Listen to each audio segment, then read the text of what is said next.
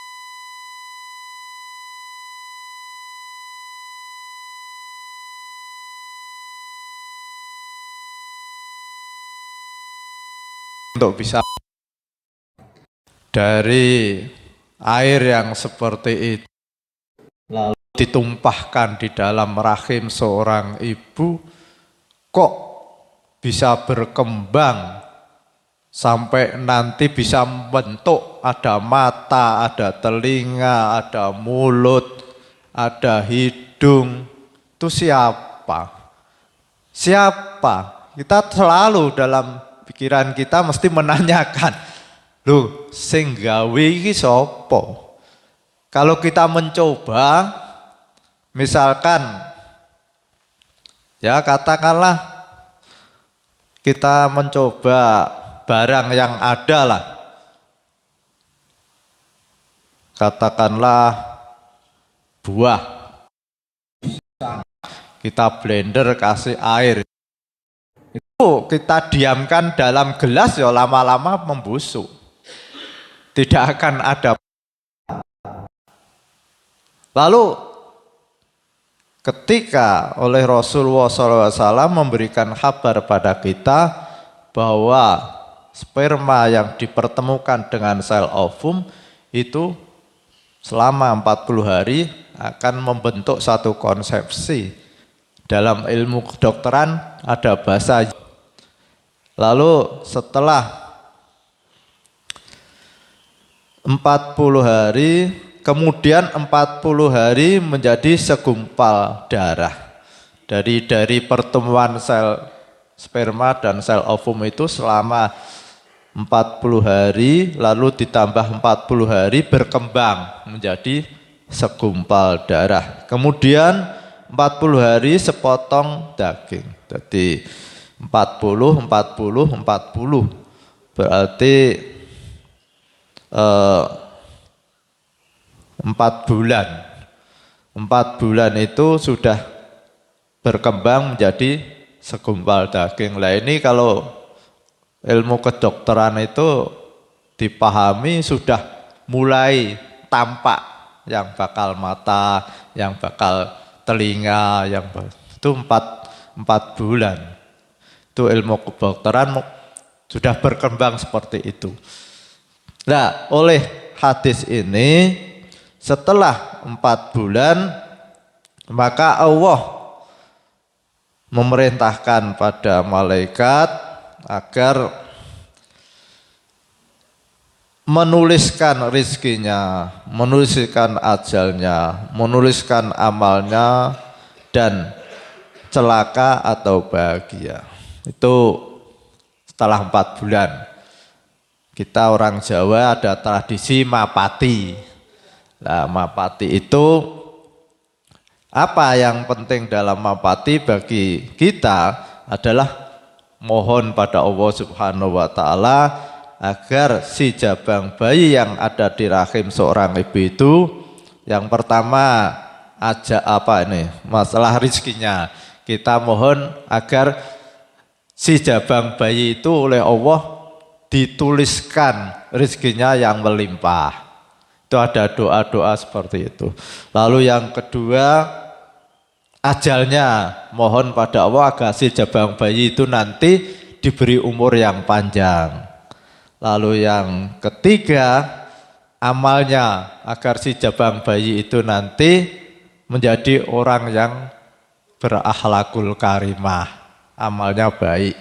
Lalu yang terakhir, yaitu agar si jabang bayi itu dalam hidupnya itu nanti diberi orang termasuk yang husnul khotimah. 4 permohonan ketika itu mapati Pak Haji Udawi. Lalu bagi orang Jawa kan ada itu, ada makanan-makanan, ya itu bagi kita ya baik-baik saja, itu bersedekah. Adapun ada bentuk kopat, bentuk buah hasil bumi, ada ketela, ada itu enggak. Itu karena tradisi Jawa. Lalu yang penting lagi itu adalah tradisi kita ada mitoni. Mitoni tingkepan. Nah itu kenapa kok ada mitoni? Itu tradisi Jawa. Jadi biasanya diawali dengan siraman. siraman itu 7 sumur. Kenapa kok harus 7 sumur? Itu karena pada saat hamil 7 bulan itu seorang ibu mengalami penderitaan yang berlapis-lapis karena berkembangnya janin itu tidurnya juga tidak nyaman. Nah ini ibu-ibu yang paham tuh bapak-bapak, enak weh bapak-bapak. Sehingga kemungkinan tensinya juga bisa naik karena merasakan sakit yang berlapis-lapis itu hawanya ibu ayahnya itu mesti sering dimarahi lah. Bahasa Jawa ya wis gawan bayi. Nah itu dengan siraman itu agar emosinya itu diharapkan bisa dikendalikan. Pertama disiram sekali kok masih emosi 2 kali 3 sampai 7 itu pahaman dari orang-orang Jawa seperti itu. Lalu ada lagi yang namanya pecah telur. Itu kan semacam harapan. Jadi diharapkan nanti kelahiran si jabang bayi itu begitu mudah. Karena dari atas langsung brojol begitu. Jadi itu brojol itu berarti mudah untuk melahirkan. Terus ada lagi yang tradisi itu wajik. Nah ini mungkin bapak-bapak perlu paham nih. Kenapa kok harus ada kue wajik? Kue wajik itu bahannya dari ketan, lalu juga gula Jawa. Ini adalah harapan dari seorang ayah dan ibu agar ketika kelahiran si jabang bayi ini jangan sampai salah satu itu pisah. Kenapa? Kalau pisah, wah penderitaan itu.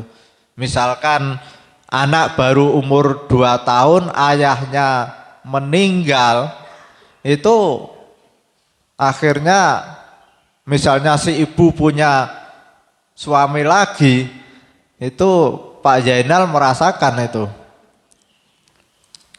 Ikut orang lain tidak nyaman. Apalagi lebih parah lagi kalau umur 2 tahun ibunya sudah meninggal. Bapaknya punya istri lagi yang namanya Ibu Tiri. Kejamnya Ibu Tiri itu sudah terkenal itu. Ya Pak Haji.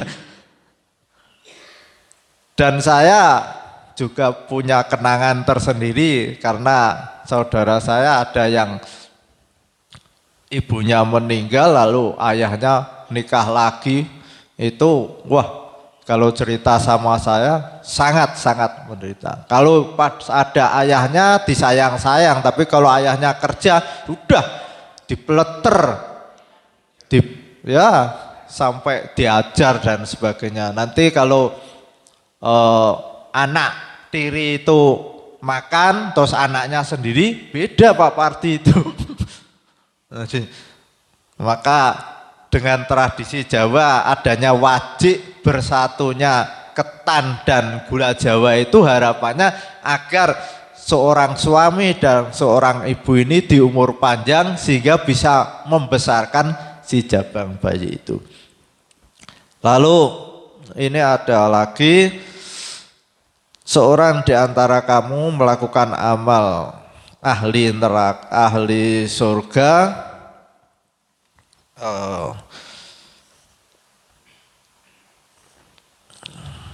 seorang di antara kamu melakukan amal ahli surga hingga dia tiada jarak antara dirinya dengan surga melainkan hanya sejengkal. Namun dia didahului oleh tulisannya dan beramal dengan amal ahli neraka, maka masuklah dia ke neraka. Jadi hadis ini itu memberikan pemahaman kita bahwa setiap manusia itu sudah dituliskan dia itu nanti ahli surga atau ahli neraka.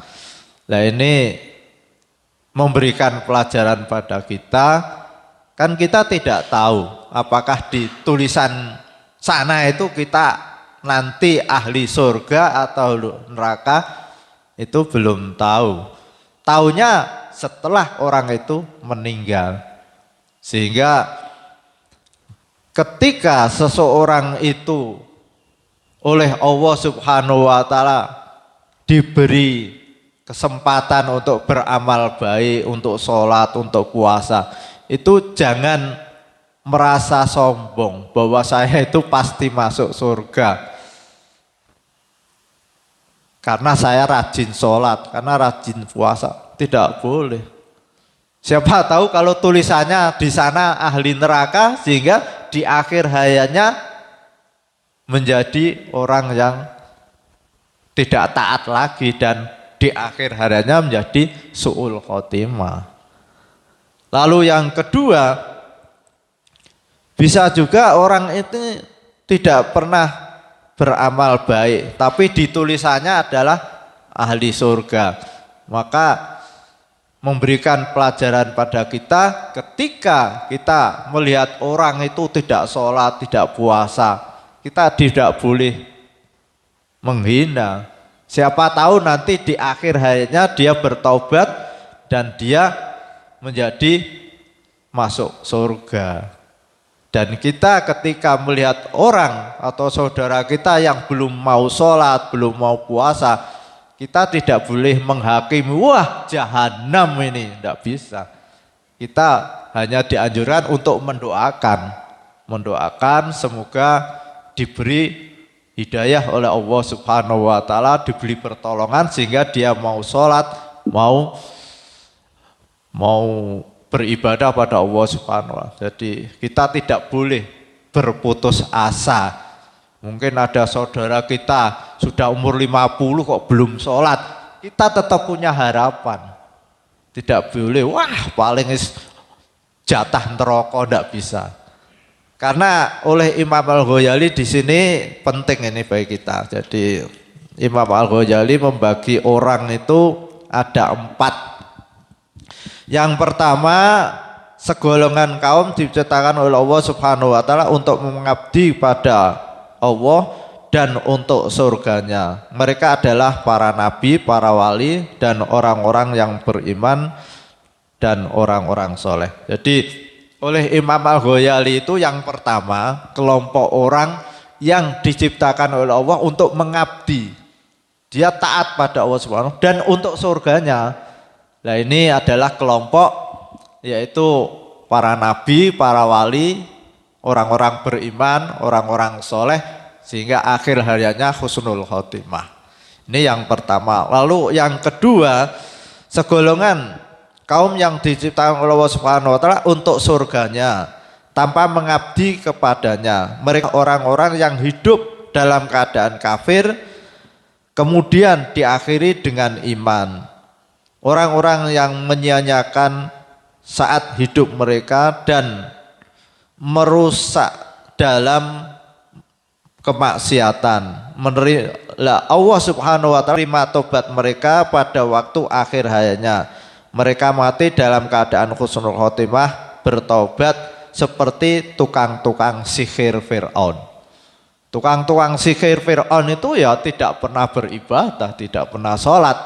Tapi ketika melihat ular yang dilemparkan oleh Nabi Musa dan dia paham bahwa ini bukan sihir, akhirnya dia amantu birobi Musa, saya beriman.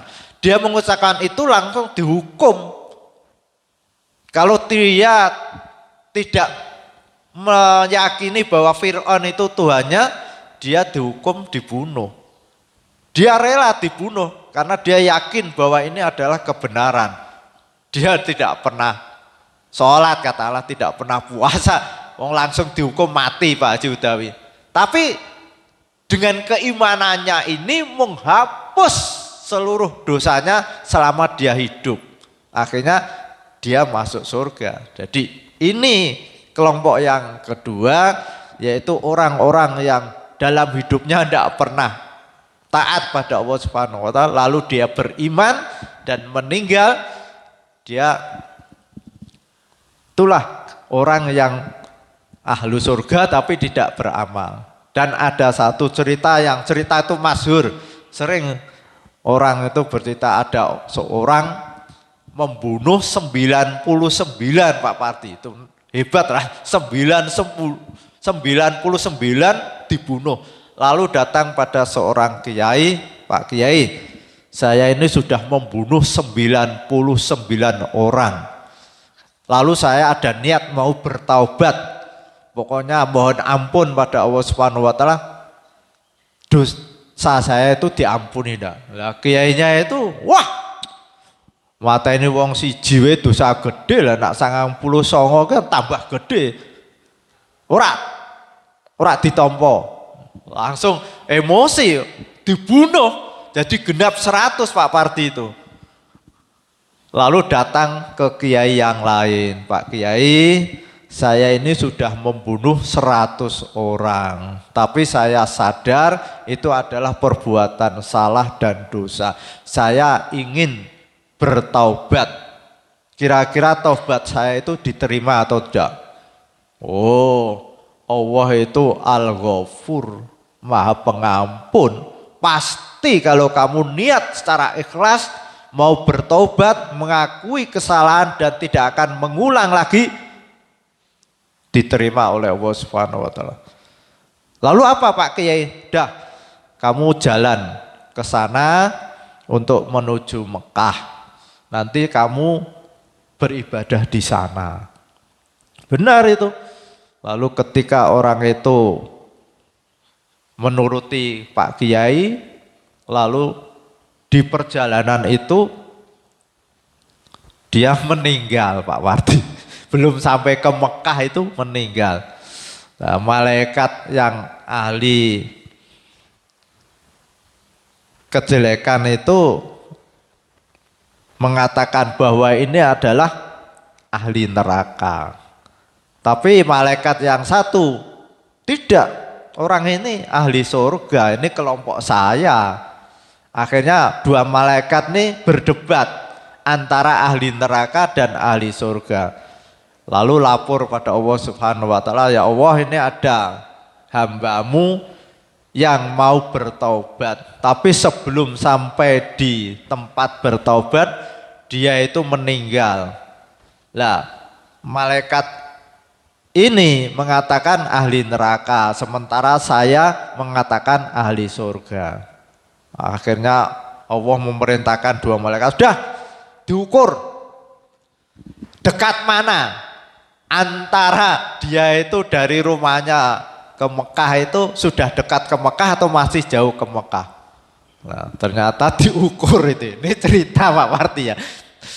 Diukur ternyata sudah dekat ke Mekah. Akhirnya oleh Allah diputuskan, udah ini ahli jannah. Nah, ini memberikan pelajaran pada kita bahwa sebesar dosa apapun, sebanyak dosa apapun, pengampunan Allah itu lebih banyak. Ibarat dosa kita itu 1 gelas air, kita tumpahkan di laut Pak Pardi, tidak ada artinya. Maka bagi kita yang dulu waktu muda itu agak bergudul Pak Pardi ya, kadang sholat, kadang tidak, kadang puasa, kadang tidak, pas di luar kota panas, haus, wah rasa poso, sok disauri, ternyata tahun berikutnya begitu lagi di lapangan. Nah ini sudah pensiun, itu sudah masa lalu, tidak usah diingat-ingat. Yang penting kita ada niat, mohon pada Allah Subhanahu wa taala besok tahun depan kita ikut Asmaul Husna 1000 kali.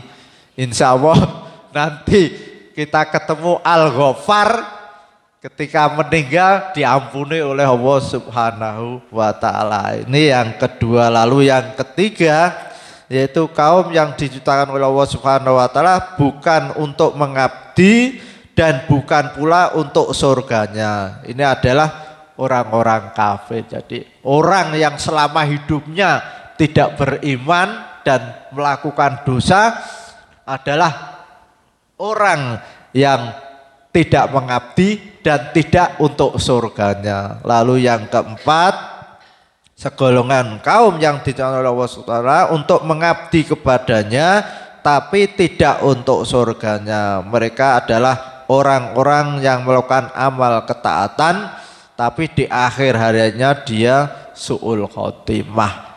Ini sudah ada cerita yang masyhur yang namanya Bal'am bin Ba'uro. Itu seorang alim yang ilmunya luar biasa, tapi di akhir hariannya dia su'ul khotimah karena melakukan perbuatan-perbuatan dosa. Nah, kita selalu mohon pada Allah Subhanahu wa taala setiap habis sholat Pak Judawi, Allahumma inna nas'aluka husnal khotimah wa na'udzubika min su'il khotimah. Walaupun toh kita rajin taklim, rajin jamaah subuh, selalu kita tidak tahu akhir hayat kita. Al-Fatihah. A'udzu billahi minasyaitonir rajim. Bismillahirrahmanirrahim. Alhamdulillahirabbil alamin arrahmanir rahim maliki yaumiddin. Iyyaka na'budu wa iyyaka nasta'in. Ihdinas siratal mustaqim. Siratal ladzina an'amta 'alaihim ghairil maghdubi 'alaihim waladdallin. Amin. Bismillahirrahmanirrahim. Subhanaka Allahumma wa bihamdika asyhadu an la ilaha illa anta astaghfiruka wa atubu ilaik. Assalamualaikum warahmatullahi wabarakatuh. Waalaikumsalam warahmatullahi wabarakatuh. Ibu-ibu, bapak jamaah yang dirahmati Allah, menginformasikan lagi, insya Allah binjang Rabu malam ya, sekitar jam 9.30 kita kalau ada waktu nguntapke umroh ketua yayasan Pak Margino sekeluarga dan putra, kemudian Pak Yudi sekalian dan Pak Agung Kasani sekalian. Jadi biro umrohnya itu kerjasama dengan kita, insya Allah moga-moga diberikan kemudahan beliau-beliau untuk umroh, diberikan kesehatan, kelancaran dan keselamatan dunia akhirat, amin Allahumma amin. Yang kedua tadi disampaikan Pak Haji Fahrudin, kemarin ada jamaah yang ikut Asmaul Husna di Masjid Agung Jawa Tengah, ya luar biasa kita melihat situasinya. Tapi untuk kemarin katanya banyak makan sotonya daripada ngajinya. Jadi, tapi yang penting punya cita-cita tadi sampaikan Pak Fahrudin. Yang ikut di panggung kemarin tuh yang dari Semarang itu hanya satu kelompok. Kebanyakan dari Banyumas, kemudian Tegal, Pemalang, dan ada yang dari luar Jawa juga. Kita punya cita-cita kalau besok manggung gimana. Ibu-ibu minta manggung tapi diberikan seragam dulu katanya. Tidak apa-apa kita berikan seragam dulu Bu. Gitu. Tapi kayak punya angan-angan tuh misalnya tidak hanya ibu-ibu tapi anak-anak juga Pak. Kita bina dari sekarang toh, dari anak-anak kemudian ibu-ibu bapak-bapak. Kita cari sekitar mungkin 30 sampai 40 anak toh. Kita bina untuk membaca Asmaul Husna dan kita manggung lah. Ini cita-cita Pak Nje. Dan yang di depan Pak Haryo gitu. Karena suaranya paling bagus gitu. Biasa nyanyi, sekarang suruh baca Asmaul Husna. Nggih matur nuwun, mugi-mugi cita-cita kita tercapai. Kita punya angan-angan untuk ikut di panggung. Terima kasih. Assalamualaikum warahmatullahi wabarakatuh.